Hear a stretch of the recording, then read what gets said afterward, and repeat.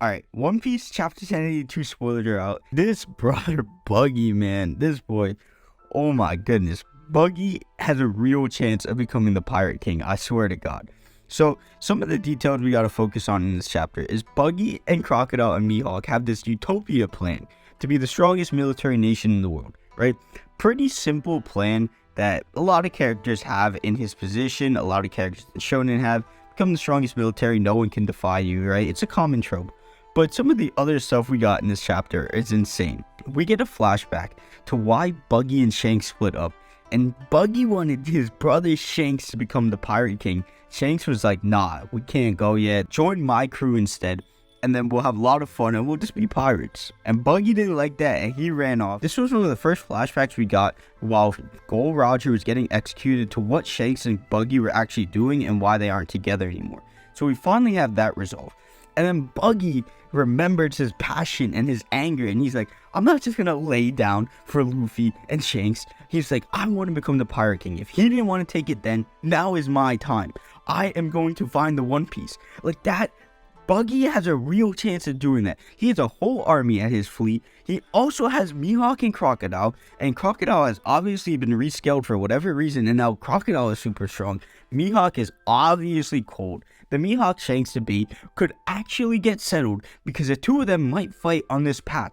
And when Oda was saying that it is a battle royale for who gets the One Piece, he was not playing around. Like Buggy and Shanks and Luffy all have a real chance because of their resources, no matter how goofy it is, that they have a real chance of becoming the Pirate King and finding the One Piece. Just with the tropes that Buggy has in the series, between him becoming a warlord, him becoming an emperor, it is a real chance that he could become the Pirate King just because of how Oda writes the story.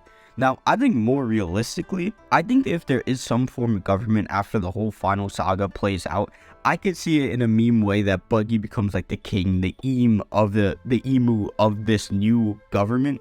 Now, him finding the One Piece, I think he's gonna be there, and I think he will be there when they discover it. But his speech was like everyone in Attack on Titan. His speech to his people, he said, it is not time to back down now. It is time to conquer your ambitions and go take what's yours. Like, Buggy, in my opinion, is one of the most complex characters in the series, whilst also being simple in nature, or much like every character in One Piece.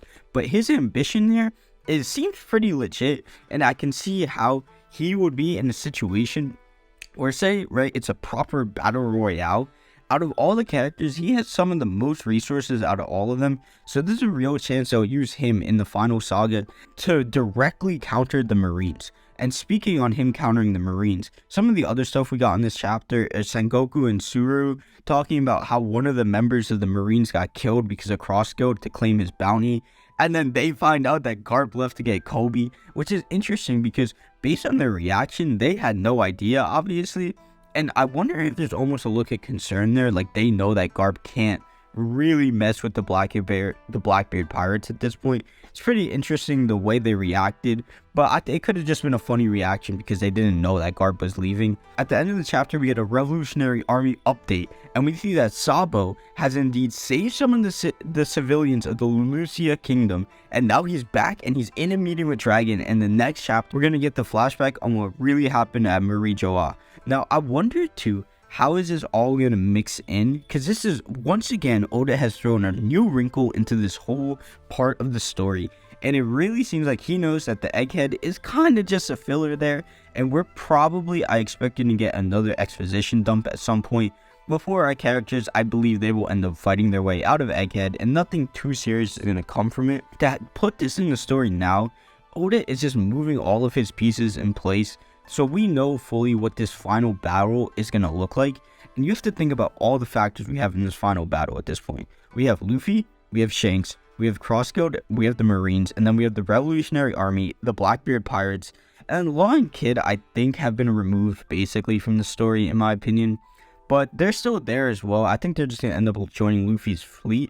But to have Buggy fully say that he's going to go out and get the One Piece, and I'm sure in this meeting with Sabo and Dragon, it's going to be something like they're going to be on their way to get the One Piece too. And I'm starting to understand too the landscape of what this final battle is going to be, because I don't think it's going to be like Marineford where it's on an island. I feel like it's going to be right outside Laugh Tale or something, and it's going to be more of a naval battle. Then there's going to be a more on foot battle on Laugh Tale or something like that. Because if you think about it, like Marineford was at the location, and they had real reason to go attack Marineford, specifically the island. Now, where is this battle landscape going to take place if, right, there's no real anchor there?